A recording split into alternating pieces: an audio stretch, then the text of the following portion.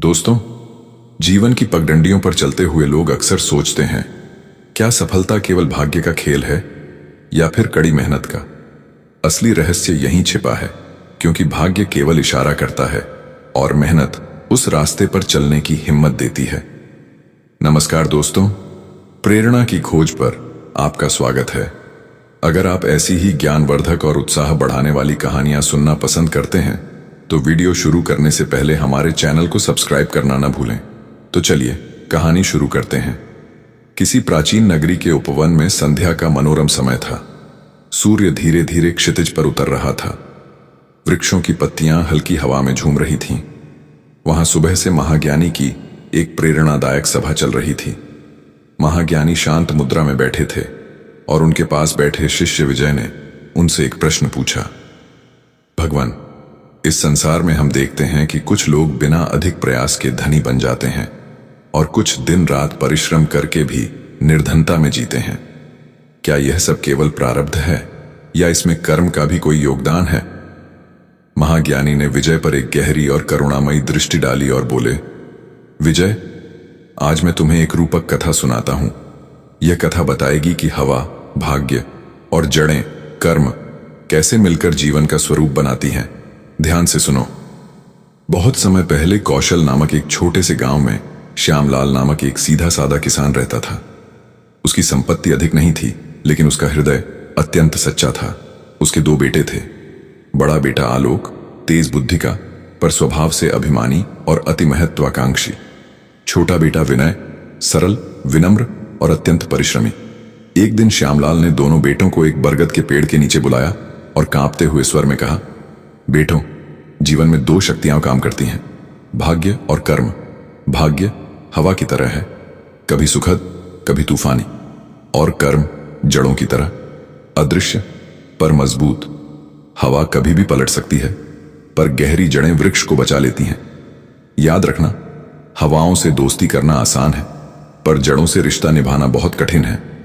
फिर उसने दोनों बेटों को दो प्रतीक दी। विनय को दिया लोहे का एक भारी फावड़ा और आलोक को दी सोने की एक अंगूठी।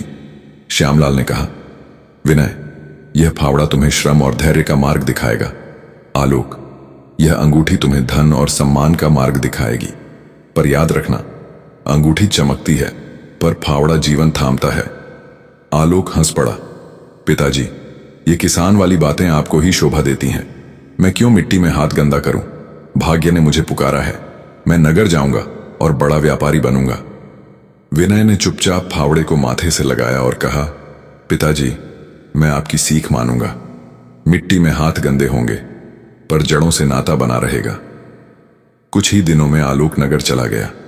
उसने चालाकी और रिश्तों के दम पर व्यापार शुरू किया, खूब पैसा कमाया और धीरे धीरे बड़ा सेठ और साहूकार बन गया। उसके पास सब कुछ था, विशाल हवेली, रथ, सेवक, शानो शौकत। लोग कहते, भाग्य का बेटा है आलोक, किस्मत इसकी गुलाम है। आलोक भी सोचने लगा कि उसकी सफलता केवल भाग्य की देन है। इधर विनय गांव में रह गया। उसके पास बस थोड़ी सी जमीन थी और खेत के किनारे खड़ा एक पुराना बरगद का पेड़। वह सुबह से शाम तक फावड़ा चलाता, बीज बोता, धूप बारिश झेलता। गांव वाले हंसते, विनय, तेरी किस्मत तुझे कभी अमीर नहीं बनाएगी। पर विनय मुस्कुराता और कहता, भाग्य अपनी जगह है, मेहनत ही असली धन है। समय बीतता गया। विनय के खेत में कभी सूखा पड़ता, कभी बाढ़ आती, कभी साहूकार कर्ज चढ़ा देता। फिर भी विनय डटा रहा। उसने अपने खेत में जल संग्रह के लिए गड्ढे खोदे, पेड़ की जड़ों को संभाला और धैर्य से खेती करता रहा। उसके आंसू मिट्टी में गिरते, पर उसी मिट्टी से नए अंकुर भी फूटते। उधर आलोक का वैभव बढ़ता ही गया। वह गांव लौटा तो चमकदार रथ और सेवकों की भीड़ उसके साथ थी। गांव में उसने हंसकर विनय से कहा, भाई, तू अब भी मिट्टी में ही है, मेरे साथ चल। भाग्य ने मुझे ऊंचा किया है, फावड़े से कोई आगे नहीं बढ़ता। विनय ने शांति से उत्तर दिया, भैया, हवा का सुख दूर से अच्छा लगता है, पर जड़ों को छोड़ना ठीक नहीं। मेरी जड़ें इसी मिट्टी में हैं। आलोक ठाका मारकर चला गया। विनय ने फिर उसी बरगद के पेड़ की जड़ों में पानी डाला, जैसे वह अपने जीवन को सींच रहा हो। विजय ध्यान से सुन रहा था। महाज्ञानी रुके, कुछ क्षण मौन रहे और बोले, विजय, तब समय ने करवट ली। भाग्य का खेल शुरू हुआ। हवा अपनी दिशा बदल रही थी। आलोक को लगा कि उसने हवा को हमेशा के लिए साध लिया है, लेकिन हवा किसी की नहीं होती। उधर विनय की जड़ें धीरे धीरे धरती में गहरी हो रही थीं। वह दुख झेल रहा था, पर धीरज से। यही अंतर है विजय, हवा और जड़ों का। महाज्ञानी ने शांत वन की शांति में गहरी सांस ली और विजय की ओर देखते हुए कहा, समय कभी एक जैसा नहीं रहता। आलोक और विनय दोनों के जीवन ने अब नया मोड़ लिया। देखो कैसे भाग्य और कर्म का संतुलन बदलता है। आलोक का वैभव चरम पर था। बाजार में उसका नाम सुनकर लोग झुकते थे। वह गर्व से कहता, भाग्य ने मुझे चुना है। मेहनत तो निर्धनों का काम है। पर भीतर ही भीतर भाग्य की डोर ढीली पड़ने लगी थी। एक वर्ष भयानक सूखा पड़ा। अनाज की खेप समय पर नहीं पहुंची।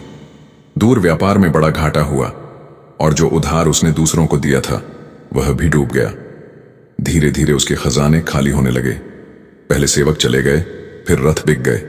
जो लोग पहले सिर झुकाते थे अब पीठ फेर कर निकल जाते।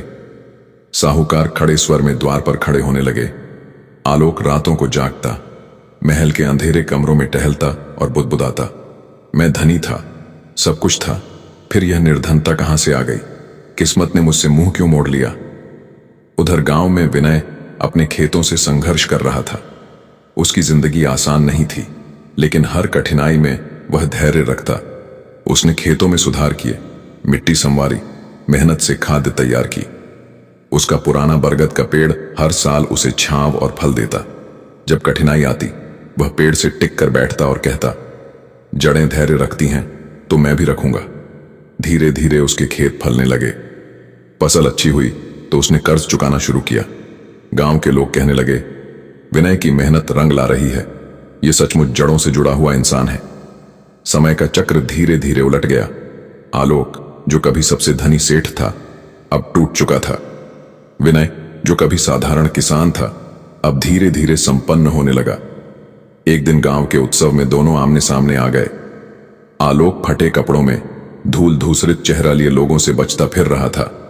विनय साधारण कपड़ों में पर आत्मविश्वास और शांति से खड़ा था। लोग फुसफुसाने लगे, देखो भाग्य का खेल, सेठ गरीब हो गया और किसान धनी। आलोक रात को अपने खंडहर घर में बैठा रो रहा था। उसने सोचा, मेरे पास सब कुछ था पर सब छीन गया, मैं कहां गलत हो गया? तभी किसी ने उसे कहा, यदि सच जानना चाहते हो तो महाज्ञानी के पास जाओ, वे ही बता सकते हैं कि भाग्य और कर्म में क्या भेद है। आलोक ने निश्चय किया, मैं महाज्ञानी के पास जाऊंगा और पूछूंगा कि किस्मत ने मुझे क्यों गिरा दिया। महाज्ञानी ने कथा का यह हिस्सा सुनाकर विजय की ओर देखा और कहा, विजय, घमंड से भरा सेठ भाग्य के भरोसे सब पा गया पर जड़ों को भूला, और किसान जिसने दुख और कष्ट में भी धैर्य रखा धीरे धीरे सफल होने लगा। अब आगे सुनो। आलोक महाज्ञानी के पास आया और तब उसे जीवन का असली उत्तर मिला। महाज्ञानी ने शांत स्वर में आगे कहना शुरू किया। एक सुबह थका हारा बिखरे बालों वाला आलोक उस उपवन में पहुंचा। वह महाज्ञानी के चरणों में गिर पड़ा और रोते हुए बोला, भगवान, मैं धनी सेठ था, सब कुछ था मेरे पास, पर अचानक सब छीन गया, मैं निर्धन हो गया। बताइए, मेरे भाग्य ने मेरे साथ ऐसा क्यों किया? क्या यह सब प्रारब्ध का खेल है? महाज्ञानी ने उसकी ओर गहरी करुणा से देखा और कहा, आलोक, भाग्य केवल बीज है, लेकिन कर्म उस बीज को सींचने वाली वर्षा है। तुम्हें धन तो भाग्य से मिला था, पर तुमने उसे घमंड और लापरवाही से नष्ट किया। तुम्हें लगा कि मेहनत निर्धनों का काम है, पर याद रखो, मेहनत ही वृक्ष की जड़ है। महाज्ञानी ने हाथ उठाकर आकाश की ओर इशारा किया और आगे बोले, मान लो, भाग्य एक नाव है, पर नाव तभी किनारे पहुंचती है जब नाविक अपने हाथों से पतवार चलाए। यदि नाविक सो जाए तो नाव बहकर भंवर में फंस जाएगी। तुम्हें नाव मिली, पर तुम सो गए। विनय के पास नाव नहीं थी। उसने बांस जोड़कर बेड़ा बनाया और संघर्ष कर किनारे तक पहुंचा। तो बताओ, जीत किसकी हुई, भाग्य की या कर्म की? आलोक चुपचाप सुनता रहा। उसकी आंखों से आंसू बहने लगे। उसने कांपती आवाज में कहा, भगवान, अब मैं समझ गया। मेरी किस्मत ने मुझे अवसर दिया, पर मैंने उसे व्यर्थ कर दिया। विनय ने कठिनाई में भी कर्म किया, इसलिए आज वह सुखी है। अब मैं भी घमंड छोड़कर मेहनत करूंगा। महाज्ञानी ने करुणा से मुस्कुराते हुए कहा, यही जीवन का नियम है आलोक। भाग्य केवल शुरुआत है, कर्म ही मंजिल तक ले जाता है। जो परिश्रम करता है वही सच्चा विजेता होता है। महाज्ञानी ने विजय से कहा, विजय, यह कथा हमें यही सिखाती है कि भाग्य हमें अवसर देता है, पर उसे संवारना हमारे कर्म पर निर्भर है।